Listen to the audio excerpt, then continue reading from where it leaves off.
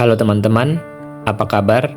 Di video kali ini kita bakal bahas tentang topik yang seringkali jadi perbincangan, terutama buat kalian yang sedang mempersiapkan pernikahan atau bahkan yang baru saja menjalin hubungan serius.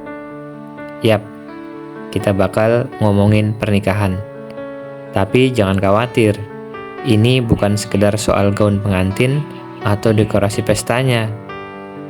Kita akan ngobrol tentang hal yang jauh lebih penting, sepenting pernikahan itu sendiri, seperti manfaatnya, bagaimana cara menikah dengan cara yang hemat, dan pastinya yang gak kalah penting, bagaimana mengelola keuangan dalam pernikahan, supaya gak stres dan justru bisa makin bahagia.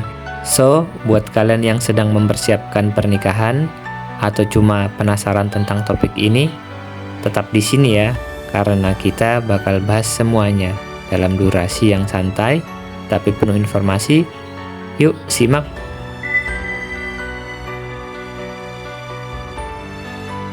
Mengapa pernikahan itu penting? Pernikahan, sebuah ikatan yang sering dianggap sebagai tujuan akhir dari sebuah hubungan. Tapi sebenarnya apa sih pentingnya pernikahan? Mengapa harus menikah kalau kita sudah merasa bahagia? Nah, pertama-tama, pernikahan itu bukan cuma soal dokumen atau status sosial ya. Pernikahan adalah komitmen seumur hidup antara dua orang untuk saling mendukung, menguatkan, dan menjalani hidup bersama, melewati segala suka dan duka. Ini bukan tentang bagaimana pesta pernikahanmu besar atau kecil, tapi lebih ke bagaimana keduanya saling memprioritaskan satu sama yang lain. Pernikahan juga memberikan rasa aman dan stabilitas. Dengan pernikahan, kamu nggak cuma punya pasangan hidup, tapi juga punya seseorang yang akan selalu ada untukmu, baik dalam keadaan senang maupun sulit. Itu loh yang namanya sehidup semati, itu bukan cuma omongan, tapi benar adanya dalam pernikahan yang sehat. Tentu perlu digarisbawahi dalam pernikahan yang sehat, karena dalam beberapa kasus, untuk pernikahan yang tidak sehat, yang pasangannya saling mementingkan ego masing-masing, itu akan menjadi berat. Manfaat pernikahan. Nah, kalau sudah tahu pernikahan itu penting, sekarang kita lihat yuk manfaatnya. Pertama, tentunya ada aspek emosional. Pernikahan memberikan rasa memiliki dan diterima tanpa syarat. Punya pasangan hidup seperti ada seseorang yang selalu siap mendengarkan, memberi dukungan, bahkan ketika dunia luar tanpa tidak berpihak kepada kita. Kedua, pernikahan bisa memperbaiki kualitas hidup secara finansial. Ini bukan berarti kamu nggak bisa sukses sendiri ya, tapi dengan pernikahan, dua kepala lebih baik daripada satu, terutama dalam hal pengelolaan keuangan. Gaji dua orang lebih baik daripada satu orang. Nah, nanti kita akan bahas juga bagaimana cara mengelola uang setelah menikah. Ketiga, dari sisi sosial, pernikahan itu bisa mempererat hubungan dengan keluarga besar, teman-teman, dan lingkungan sekitar. Kamu bukan cuma punya pasangan, tapi juga punya satu jaringan dukungan yang lebih luas. Cara hemat untuk menikah. Sekarang pasti banyak yang mikir, pernikahan itu mahal banget deh. Buat apa berhutang atau ngabisin banyak uang? Nah, ini dia yang perlu kamu tahu. Kamu nggak perlu menghabiskan semua tabungan atau berhutang untuk menggelar pernikahan yang megah. Kalau kamu pintar-pintar mengatur, pernikahan yang sederhana tapi berkesan tetap bisa kamu dapatkan. Pertama, tentukan anggaran dengan jelas.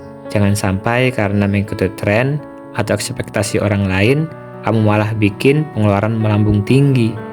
Pernikahan itu bukan soal seberapa mewah acaramu, tapi seberapa bermakna hari itu buat kamu dan pasanganmu. Kedua, pilih venue yang sesuai anggaran. Nggak harus selalu di hotel bintang 5 atau gedung yang super mewah. Banyak venue yang terjangkau dengan suasana yang nggak kalah indah.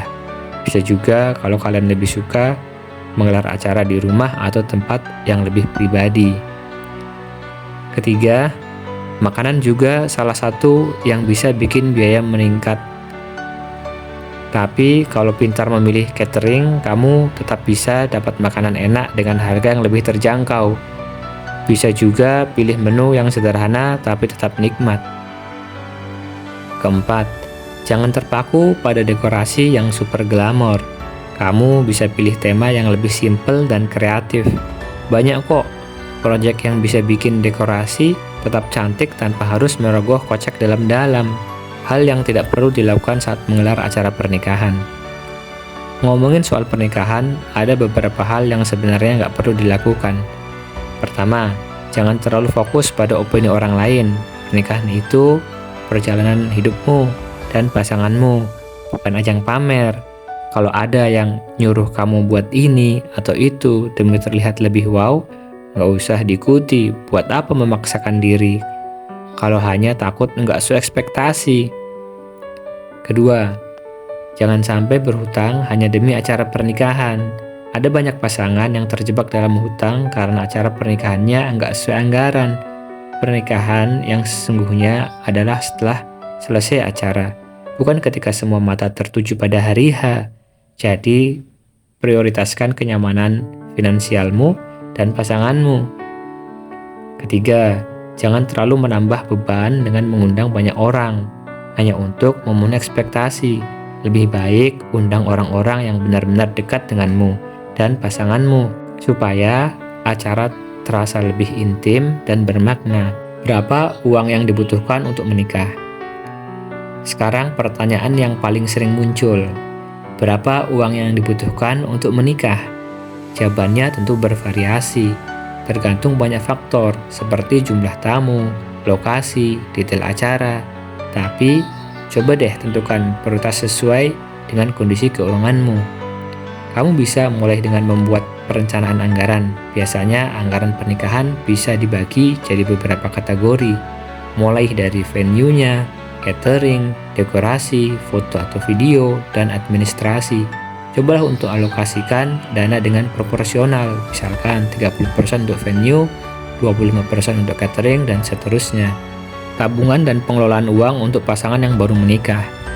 Setelah menikah, kamu dan pasangan harus mulai memikirkan bagaimana mengelola uang bersama. Jangan sampai konflik finansial merusak hubungan. Karena masalah ekonomi menjadi masalah yang cukup kuat untuk menghancurkan sebuah komitmen pernikahan. Pertama, buatlah perencana keuangan bersama. Tentukan siapa yang akan mengatur pengeluaran harian dan siapa yang akan mengurus tabungan. Kedua, pisahkan rekening pribadi dan rekening bersama untuk keperluan rumah tangga. Ini bisa membantu kalian lebih transparan dalam hal keuangan dan menghindari rasa tidak nyaman. Ketiga, buat anggaran bulanan dan tetapkan batasan pengeluaran untuk berbagai kebutuhan seperti makan, hiburan, transportasi, dan kebutuhan rumah tangga lainnya. Yang paling penting, berkomunikasilah tentang uang. Jangan ada yang merasa terbebani atau merasa tidak adil. Jika ada perbedaan pendapat tentang pengeluaran, bicarakan dengan kepala dingin dan cari solusi bersama. Nah, itu dia beberapa tips tentang pernikahan. Mulai dari pentingnya pernikahan, bagaimana cara menggelar pernikahan yang hemat, hingga cara mengelola keuangan setelah menikah. Pernikahan itu bukan soal menghabiskan uang, tapi tentang membangun kehidupan bersama yang penuh kebahagiaan dan kebijaksanaan.